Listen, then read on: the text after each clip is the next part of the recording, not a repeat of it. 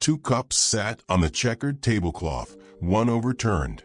Coffee bled dark across the linoleum in a slow, spreading stain. A patrolman's flashbulb caught it once, a single frozen instant of steam still curling faintly from the cup, still standing upright. And then the camera moved on, the film wound forward, and the photograph slid into an evidence envelope where it would sit, unremarked and unread, for 8 long years. No one thought to ask why a woman found alone in her kitchen that October morning would have poured coffee into 2 cups instead of 1. No one thought to ask at all. And Nicole Hayes lay on the cold kitchen floor of her small house in Frederick, Maryland, waiting for 8 years for someone to finally look closely enough. Before we dive deep into the story, kindly honor our request and subscribe to Calis-Crime Vault. It's greatly appreciated, and it helps us keep creating similar cold case stories like this one. Also, share with us where you are watching from in the comments. Back to the story. The historic city of Frederick, Maryland, sits at the crossroads of the Monocacy Valley, a place proud of its brick sidewalks and its clock towers, a community where in the autumn of 1976 neighbors still left their porch lights burning for one another, and church suppers still filled the fellowship halls each Sunday evening. Founded in the mid-18th century as a colonial trading town, Frederick had grown by the 1970s into a modest but proud small city of roughly 30,000 residents. Its downtown lined with historic storefronts, and its residential streets shaded by tall old maples that turned brilliant gold and red each autumn. A town where 3 generations of the same family often still lived within a few blocks of one another, and where a Sunday afternoon walk downtown reliably meant passing a dozen familiar faces along the way. Nicole Hayes was 35 years old that autumn, a soft-spoken bookkeeper at a downtown insurance office. Divorced 2 years earlier under circumstances she rarely discussed, living alone in a modest brick row house on Record Street that she had bought with her own careful savings, determined, friends said, to build a quiet, independent life for herself after a marriage that had ended badly. Colleagues at the insurance office recalled a woman who took genuine pride in the meticulous order of her ledgers, often arriving early to review the previous day's entries before the office officially opened, a habit that had earned her a quiet reputation as the most dependable set of hands in the entire building. She had grown up in a small town outside Frederick, the elder of 2 daughters born to a schoolteacher and a postal worker, and though her marriage in her late 20s had briefly taken her away from the area, she had returned to Frederick following her divorce, choosing to rebuild her life in the same familiar streets where she had grown up rather than start over somewhere entirely new.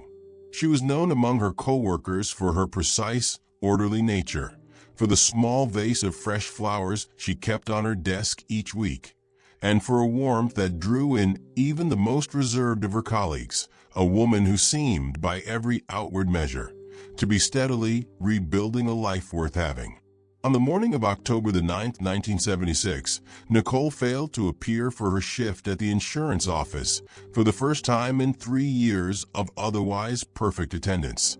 And when a coworker drove to her row house at lunchtime to check on her, she found the front door unlocked and Nicole lying still on the kitchen floor, gone from the world sometime in the quiet hours before dawn.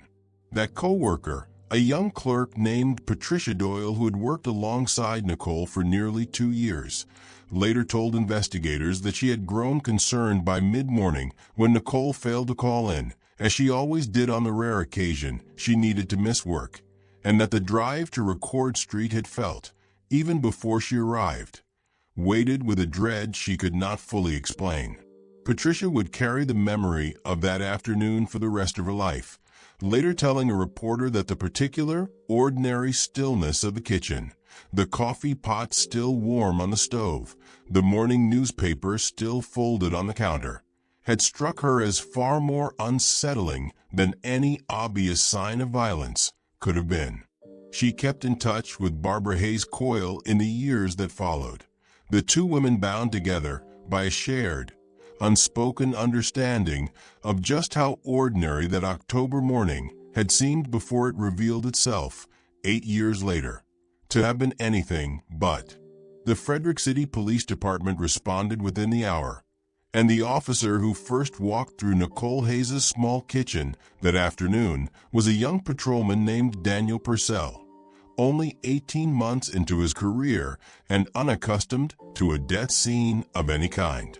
Officer Purcell had been assigned to the call almost by chance. The department's more senior detectives occupied that afternoon with an unrelated robbery investigation across town, leaving the Hayes scene to a young patrolman working largely on his own initiative and training rather than under any close supervision.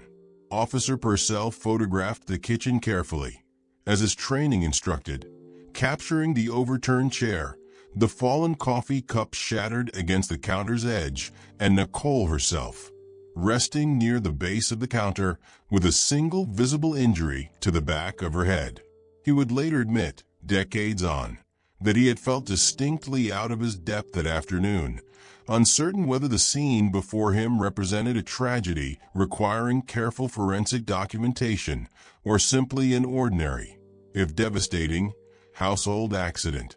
An uncertainty that shaped the notably thin written report he ultimately filed. The county medical examiner who arrived that afternoon, a man named Dr. Harold Weiss, who carried a heavy caseload across 3 rural counties and rarely had the luxury of extended time at any single scene, examined the injury, noted the proximity of the counter's sharp edge, and concluded, without extensive further investigation, that Nicole Hayes had most likely suffered a sudden fall, striking her head as she went down, a tragic but not uncommon domestic accident. Dr. Weiss, responsible for medical examinations across a wide rural jurisdiction with limited staff and resources, spent barely 20 minutes at the scene before reaching his conclusion, a pace that was, by the standards of the mid-1970s, considered entirely reasonable for a death that showed no immediately obvious signs of foul play. He would later admit, when the case was eventually reopened, that he had simply lacked the time, the equipment, and in some respects the institutional expectation to conduct the kind of thorough forensic examination that later decades would come to consider standard practice, an admission he offered not as an excuse, but as an honest reflection of how differently such cases were once handled. The case was formally classified as an undetermined accidental death within the week, closed not because anyone had proven Nicole's death was accidental beyond doubt, but simply because no one had found reason strong enough to insist otherwise. Nicole's sister, Barbara Hayes Coyle, never accepted the finding, telling anyone in Frederick who would listen that her sister had never once, in 35 years, been the type of woman to trip and fall in her own kitchen.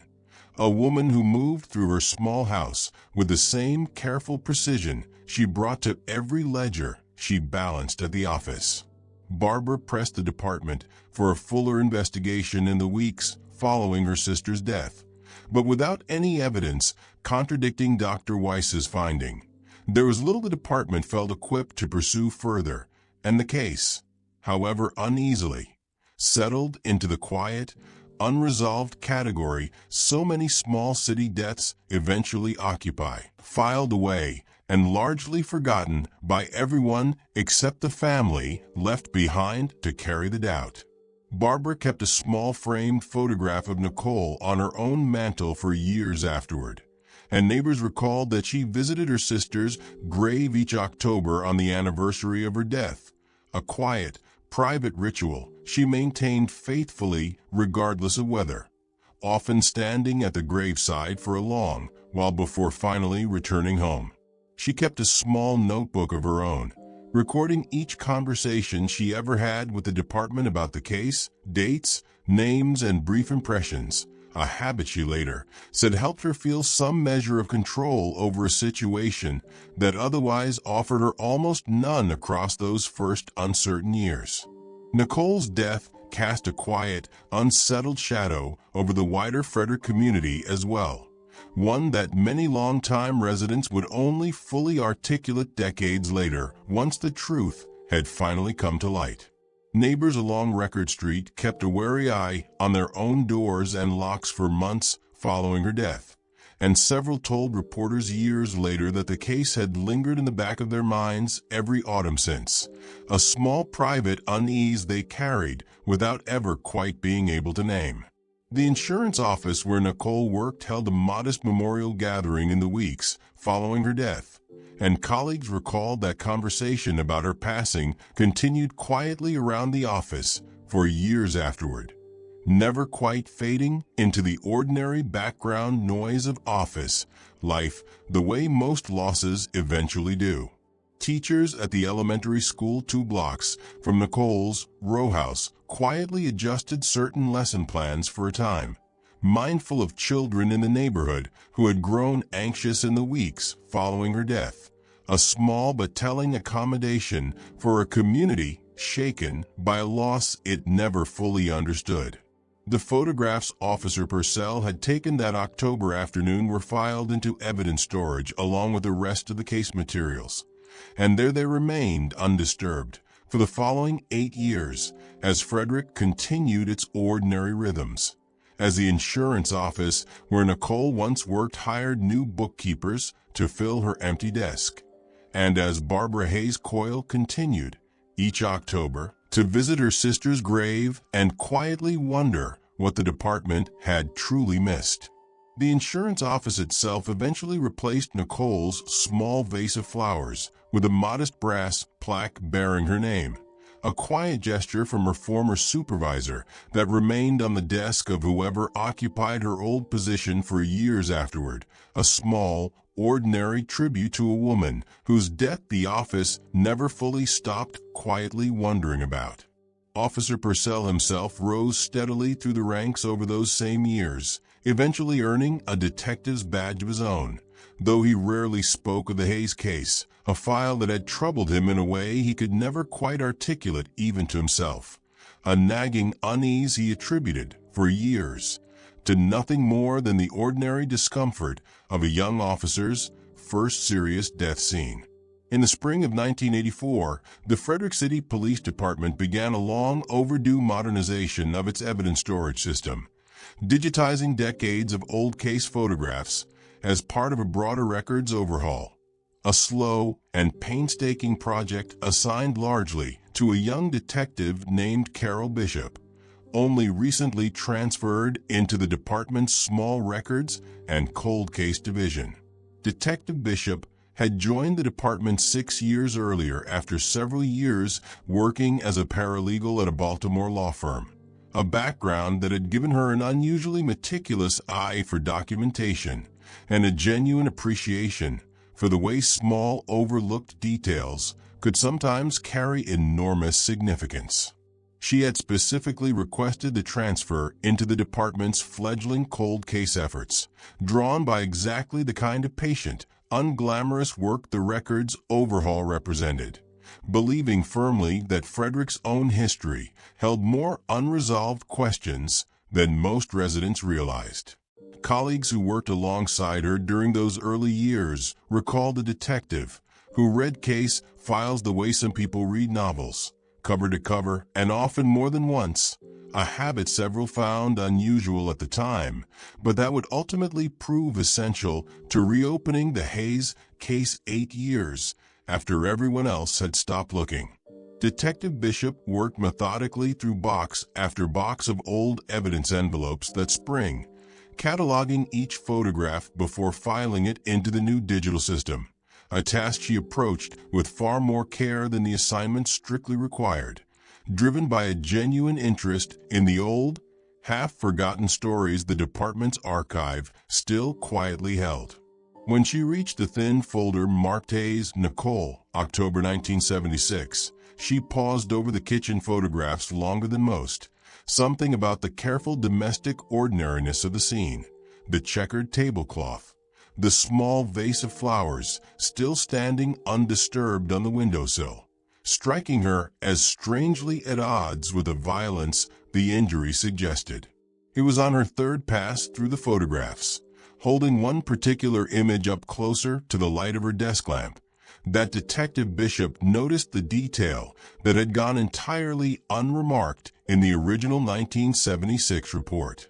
On the kitchen table, positioned near the window, sat a second coffee cup, upright and undisturbed, coffee still visible within it, a detail that appeared in the photograph with unmistakable clarity, but that had never once been mentioned in Officer Purcell's original written account of the scene. Detective Bishop set the photograph down and picked it up again several times that afternoon, checking and rechecking the image under different angles of light, unwilling at first to trust what seemed, on close inspection, to be so simple and so obvious an oversight in a case that had otherwise been treated with reasonable professional care. She called in a colleague from the records office to independently examine the same photograph without telling him what she had noticed, a small test of her own instincts before bringing the matter forward. And when he immediately pointed to the same detail unprompted, she understood she was not simply seeing something that was not there. She pulled the original written report from a file and read through it twice more, confirming that Officer Purcell's account described only a single overturned cup near the body, with no mention whatsoever of a second, undisturbed cup resting calmly on the table only a few feet away. Detective Bishop sat with that photograph for a long while that afternoon, turning over the simple, unavoidable question it raised. If Nicole Hayes had been alone in her kitchen that October morning, as everyone had assumed for 8 years, why had she poured coffee into 2 cups instead of 1? Now, before we continue into what Detective Bishop uncovered next, take a moment, if this story has moved you, to subscribe to this channel so you never miss the next case we bring to light together, and turn on your notifications so you will be there the moment we return with more stories told with the care and the respect they deserve. Thank you. And let us return now to Frederick and to a small forgotten detail that had waited 8 years to finally be seen. Detective Bishop brought the photograph to her supervisor within the week, and the department, faced with clear photographic evidence directly contradicting the original assumption that Nicole Hayes had died alone, formally reopened the case as a homicide investigation. The reopening drew immediate attention within the department, several senior officers privately expressing discomfort at the notion that so significant a detail had gone unnoticed for 8 full years, though Detective Bishop's supervisor was careful to note that the fault lay less with any individual failure than with the ordinary limitations of a young officer working largely alone at a scene no one, at the time, had reason to suspect involved another person at all. The department's chief called a brief internal meeting once the case formally reopened, emphasizing to the assembled detectives that the Hayes case should be understood not as a story of departmental failure, but as a demonstration of exactly the kind of careful review the new records overhaul had been designed to enable, a framing that helped ease some of the discomfort among officers who had worked alongside Officer Purcell over the years and had no wish to see his early career unfairly maligned. Detective Bishop requested a new forensic review of the original autopsy findings, and a forensic pathologist working with the county in 1984, using techniques and standards considerably more advanced than those available to Dr. Weiss 8 years earlier, re-examined the original injury photographs, and concluded that the pattern and force of the wound to the back of Nicole's skull was, in the pathologist's professional opinion, more consistent with a direct blow than with an accidental fall against a counter's edge, a finding that transformed the case entirely. The pathologist noted specifically that a fall against the counter's edge would typically produce a more localized, angular injury consistent with the shape of the counter itself, whereas the wound documented in Nicole's original examination photographs showed a broader, more diffuse pattern of trauma more commonly associated with a blunt object or a deliberate strike, a distinction that had simply never been considered relevant back in 1976, when the case had never been treated as anything other than a tragic accident from its very first hours. Detective Bishop began methodically working through Nicole's old circle of friends, family, and co-workers, searching for any name that might explain the second cup on that kitchen table. And it was Barbara Hayes Coyle, still living in Frederick and still faithfully visiting her sister's grave each October, who finally offered the detail that had never made its way into the original 1976 investigation. Detective Bishop visited Barbara at her home on a quiet Saturday afternoon, choosing a deliberately unhurried approach after 8 years of silence, sensing correctly that whatever truth Barbara might be carrying deserved to emerge in its own time rather than under pressure. Barbara told Detective Bishop that Nicole had confided in her in the months before her death about a relationship with a married man in town, a relationship Nicole had kept carefully private out of respect for the man's standing in the community. Though she had grown increasingly troubled, Barbara said, by his repeated promises to leave his marriage, promises that never seemed to materialize into anything real. Barbara described her sister's growing frustration in those final months, recalling a conversation only weeks before Nicole's death in which her sister had spoken, for the first time, of setting a firm deadline for the relationship, unwilling, she had told Barbara, to spend another year of her life waiting on a promise that showed no sign of ever being kept. Barbara had never shared this detail with the original investigators in 1976, she admitted, both out of respect for her sister's privacy and because, with the case classified as an accident, no one had ever thought to ask. The man Barbara identified was Walter Combs, a vice president at one of Frederick's oldest banks, and, in 1976, a prominent and well-respected figure across the city's business and civic community. Walter had served on the boards of 2 local charities, was a regular fixture at the Chamber of Commerce's monthly luncheons, and had, in the years since Nicole's death, continued to build a reputation as one of Frederick's most trusted and respected businessmen,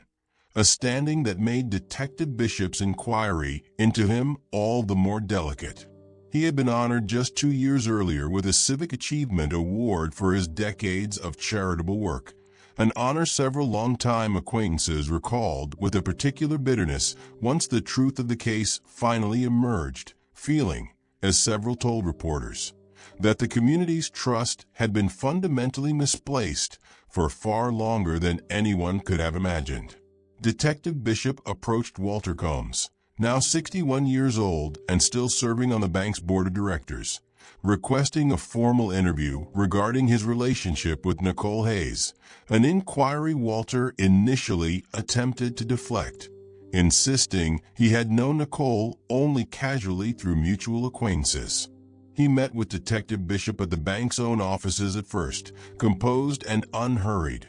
offering the same polished, unremarkable answers he had likely given countless times before in his long career navigating difficult business conversations, an approach that Detective Bishop recognized immediately as practiced rather than genuinely forthcoming. She noted in her own case file that Walter had maintained steady eye contact and an even, measured tone throughout their first meeting, a composure she found, in hindsight, more telling than any single answer he actually gave. Confronted directly with Barbara's account and with a photograph of the second coffee cup, Walter Combs's carefully maintained composure began, over the course of several hours of patient questioning, to visibly erode. Walter eventually admitted to a relationship with Nicole Hayes that had continued for nearly 2 years before her death, a relationship he had kept entirely hidden from his wife and from Frederick's broader business community, aware of how thoroughly it would damage both his marriage and his standing at the bank should it ever come to light. He described in halting detail the ordinary rhythm of their secret arrangement: early morning visits before either of their workdays began, coffee shared quietly at Nicole's kitchen table, and the particular comfort he said he had found in a relationship that felt, to him, more genuine than the increasingly distant marriage he shared with his wife of nearly 30 years. He told Detective Bishop that he had visited Nicole's row house early on the morning of October the 9th, 1976, as he occasionally did before either of their workdays began, and that the two of them had shared coffee at her kitchen table as they often did, an ordinary, familiar routine that had, on that particular morning, taken a devastating turn. Walter claimed that Nicole had confronted him that morning with an ultimatum, insisting he finally leave his marriage or she would end their relationship and tell his wife everything herself, and that a heated argument had followed, one that escalated, Walter claimed, into a sudden physical struggle neither of them had intended. What followed, according to Walter's own halting account, was a single desperate shove during the argument's most heated moment, one that sent Nicole backward against the sharp edge of her own kitchen counter, an outcome Walter insisted was a tragic accident born of panic rather than any intention to harm her. He described the moment with visible difficulty, telling Detective Bishop that he had frozen in place for several long minutes afterward, unable to process what had happened, before panic finally overtook his judgment entirely. Investigators, weighing Walter's account against the forensic pathologists, finding that the injury pattern more closely resembled a direct blow than an accidental fall, found his framing difficult to fully accept, though the absence of any witness beyond Walter himself left the precise nature of that final moment a question the case would ultimately have to resolve through trial rather than confession alone. What was beyond dispute was what Walter did next. Rather than calling for help, Walter Combs had quietly cleared his own coffee cup from the table in an attempt to erase any sign of his presence, overlooking, in his panic, the second cup that remained, and had left Nicole's row house and driven directly to the bank, arriving for work that morning at his usual hour, composed and unremarkable, while the woman he had spent 2 years secretly loving lay dying alone on her own kitchen floor. Detective Bishop later noted, in her own case summary, the particular chilling detail that colleagues at the bank had specifically recalled Walter's demeanor that October morning as entirely ordinary, cheerful even, greeting the tellers with his usual good humor only minutes after leaving Nicole's row house, a detail that would weigh heavily against him once the case finally reached trial. Walter maintained throughout his questioning that his wife had never known the truth of what happened that morning,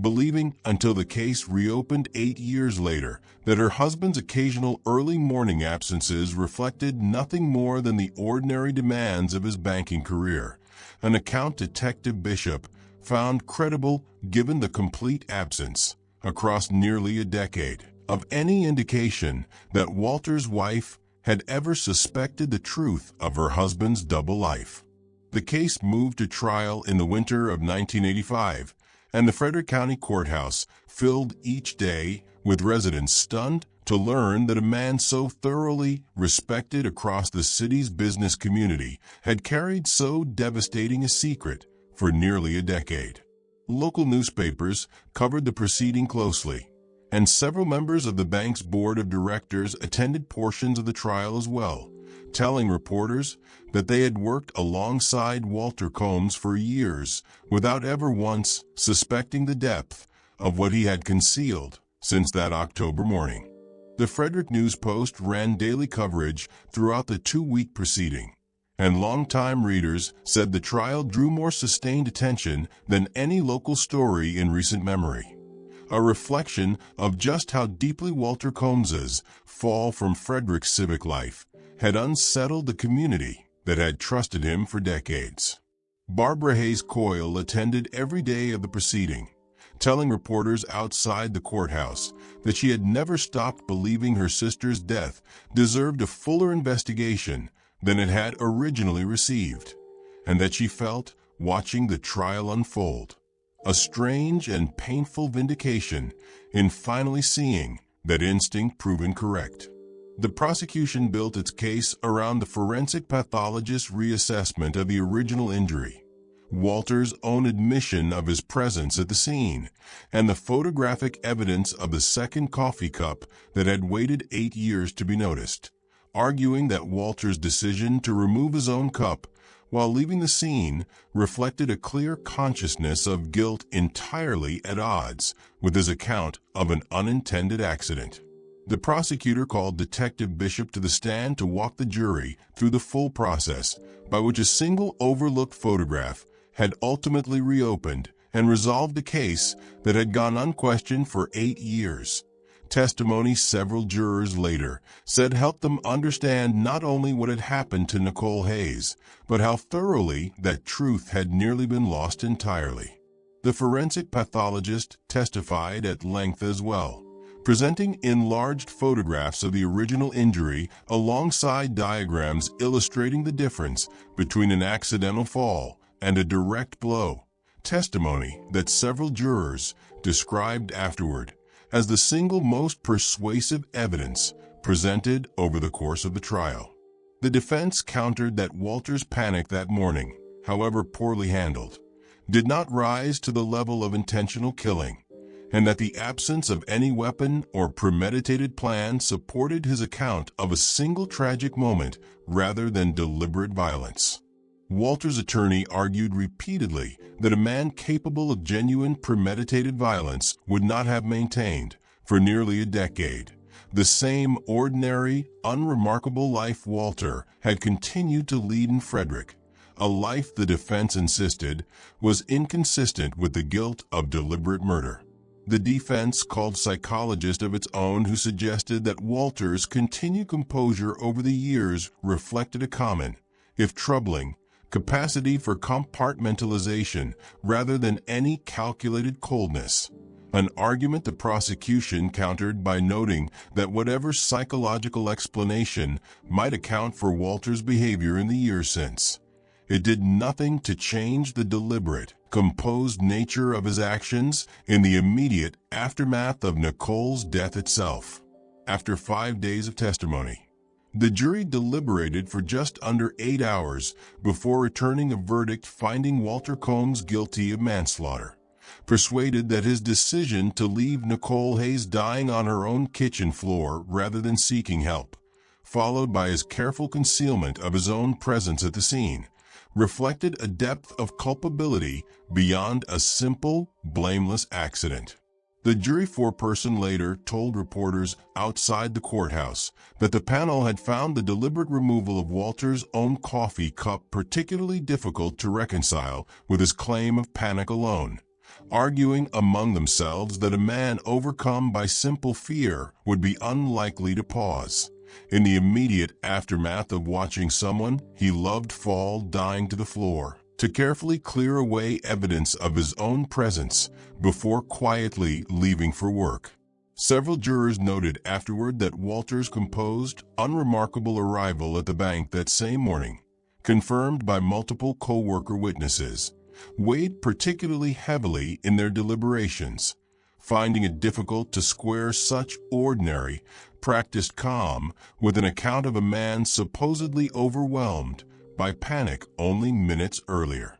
Judge Eleanor Marsh, addressing the courtroom at sentencing, told Walter Combs that his greatest crime was not merely the moment of violence itself, but the 8 years of silence that followed it.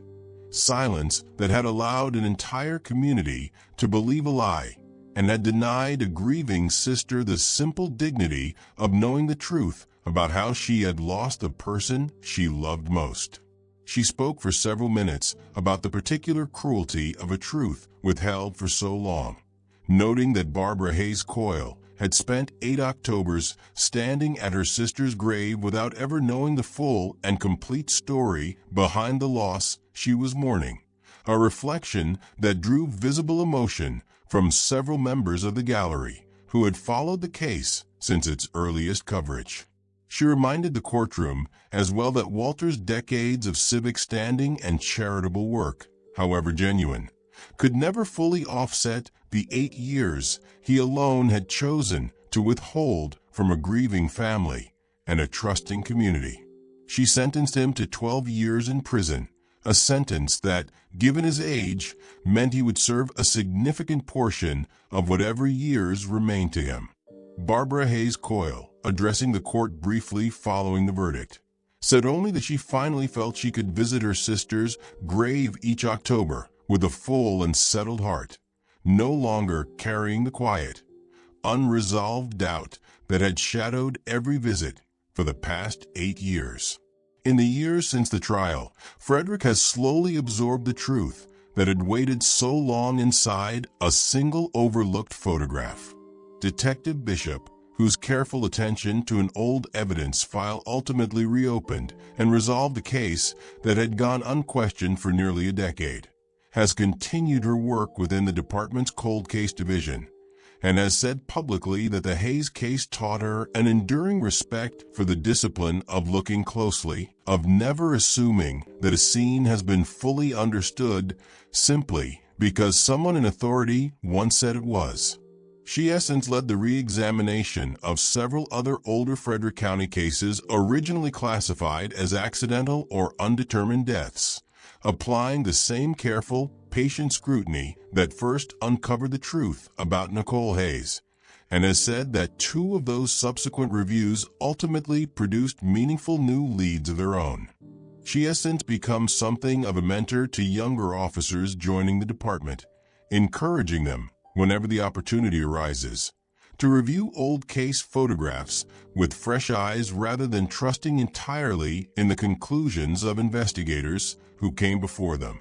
reminding them that Nicole Hayes waited 8 years for someone simply willing to look a second time. Barbara Hayes Coyle has continued to visit her sister's grave each October, though her visits now carry a quiet peace that 8 years of uncertainty had never allowed. And she has spoken, in the years since the trial, about the particular importance of trusting one's own instincts, even when official conclusions suggest otherwise. A lesson, she says, she wishes she had pressed harder in those first difficult weeks after her sister's death, though she has also come to understand that the truth, however delayed,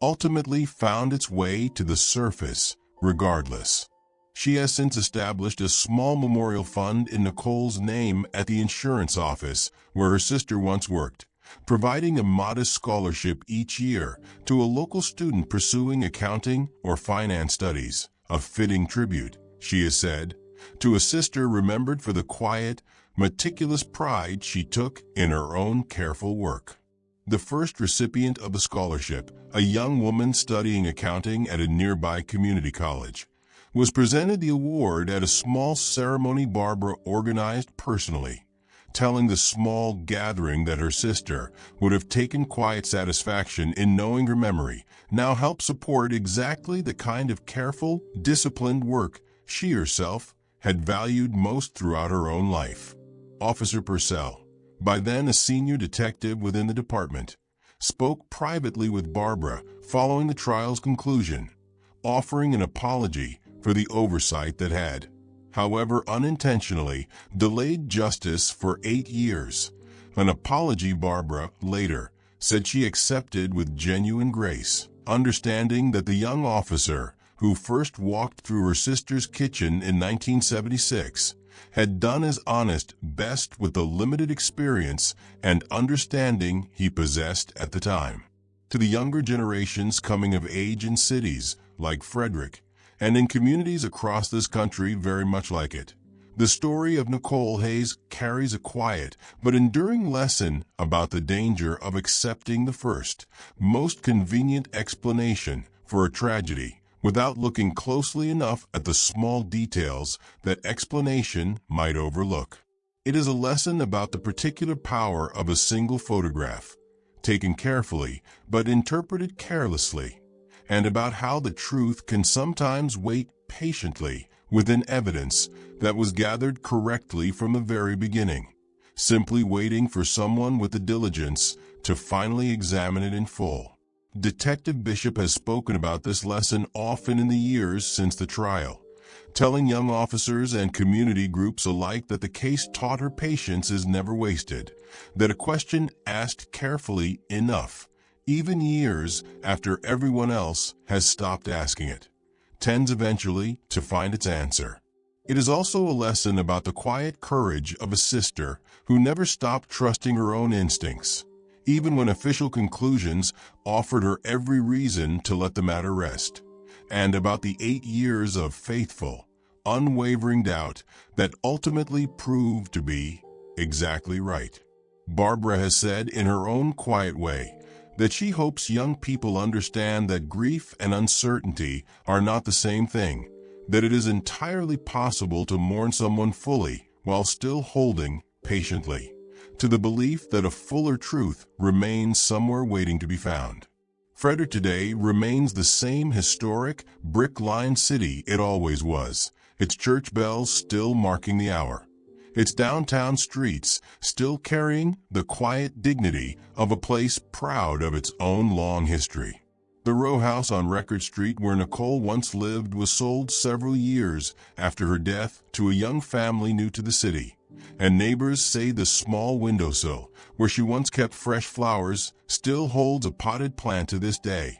A quiet, unplanned continuation that Barbara has said she finds a strange and gentle comfort in whenever she happens to walk past. The bank where Walter Combs once served as vice president has since been absorbed into a larger regional institution, its original building repurposed for other downtown business use, though longtime Frederick residents still occasionally recall, when the subject arises, the respected businessman whose long secret finally came undone through nothing more than a photograph and a second cup of coffee no one had thought to question. But Frederick is also now a city that finally knows the whole of its own story. A city where a woman once remembered only as the subject of an unsettled question is instead remembered fully and rightly. Her death no longer a lingering uncertainty, but a truth finally brought,